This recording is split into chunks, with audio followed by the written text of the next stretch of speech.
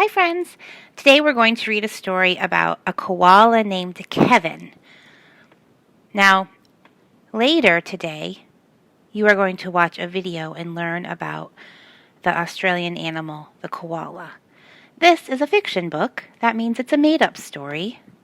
And in a made-up story about an animal, often the author will give the animal, make the animal act like a person. Right? So you're going to see in this book that Kevin can talk to other animals. Sometimes he wears clothes. So you'll notice that you can tell right away this is a made-up story. Are you ready to read? The Koala Who Could. In a wonderful place where the day was just dawning and the breezes blew soft on a warm golden morning. In a place where the creatures ran wild and played free, a koala called Kevin clung to a tree. Do you see him? A nice gray fellow you never would meet, as soft thing from ear tufts to feet. His favorite way to relax in the sun was to cling and to nap and to munch a leaf bun. And after all this, well, he'd need a nice rest. Yes, Kevin liked sticking to what he knew best.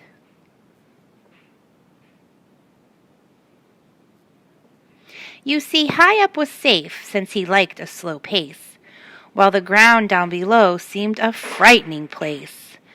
Too fast and too loud and too big and too strange.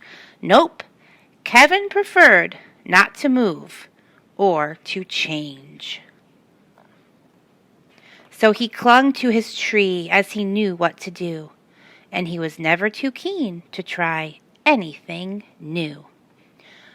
So when Wombat stopped by and shouted one day, "Hey, Kevin, why don't you come down here and play?" I think," he replied, "I should stay on my plant.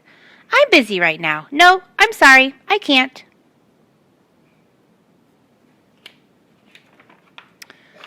"Why not?" cried the Ruse with a super loud cheer. "Yes, why?" called the Dingoes. "There's nothing to fear." But Kevin, who'd never been one to act fast, said, "I've clinging to do, but it's nice that you asked." As Kevin sat watching them chatter and share, a part of him wished he could join in down there. But he knew he'd miss home. It was dark and so late. The whole thing was risky. Adventure could wait. Whatever the invite, he'd always say no. Oh dear. It seemed Kevin couldn't let go. Oh, friends, what is Kevin scared of? He doesn't want to leave his tree. So his life was the same, no matter the day. The weeks came and went, and the months rolled away. And Kevin stayed still while the world moved around, until he awoke to a worrying sound. Oh, I wonder what he hears. Any guesses?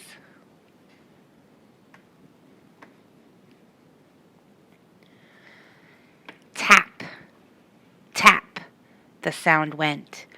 Well, this was a blow. Tap, tappity tap, tap, tap, tap. Oh, no! Do you know what kind of bird that is, friends? It's a woodpecker.